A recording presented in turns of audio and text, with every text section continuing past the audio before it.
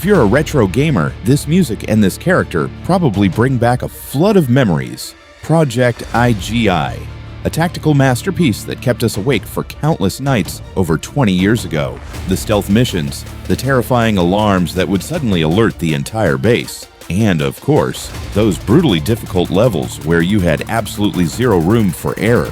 But have you ever wondered about the actual story of Agent David Jones, and why the studio behind this legendary game suddenly vanished forever?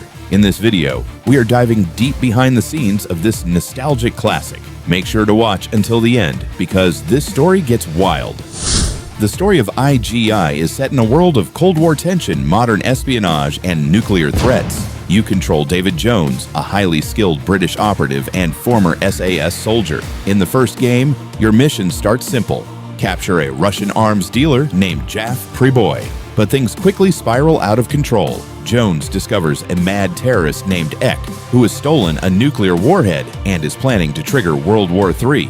In the sequel, IGI 2, Covert Strike, the plot thickens and gets deeply personal. Jones travels across the globe, only to be betrayed by his own agency, forcing him to stop a global catastrophe completely on his own. So, what made this game an absolute legend? First, it was the incredible freedom in its massive, open-ended maps. Unlike other games of its era, IGI didn't force you down a single path. You had to scout the area with binoculars and find your own way in. Second, the punishing alarm system. If a single guard spotted you, he'd sprint to the nearest alarm post, turning the base into a literal bullet hell. And finally, the most infamous feature of the first game: no mid-mission saves. Making a tiny mistake in the final seconds of a long mission meant starting the entire map from scratch. It was frustrating, but beating it felt like a massive badge of honor.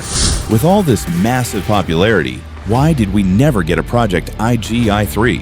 It all began in 2003 with the release of IGI 2. The developers at the Norwegian studio Interloop added a limited save system and multiplayer.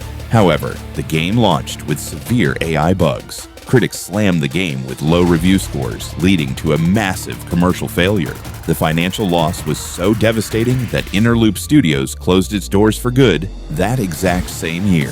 Following the bankruptcy, the game's rights were caught in a legal limbo between different publishers, and for years, nobody even knew who legally owned the franchise. But there is a silver lining. A few years ago, a Swedish publisher acquired the rights and announced IGI Origins, a prequel set in the 1980s. While its development has faced multiple delays due to studio restructuring, hope is still alive. What about you? What was your most memorable or frustrating moment playing this game? Let me know in the comments below. If you enjoyed this trip down memory lane, hit that like button and subscribe for more retro gaming histories. Until next time, take care.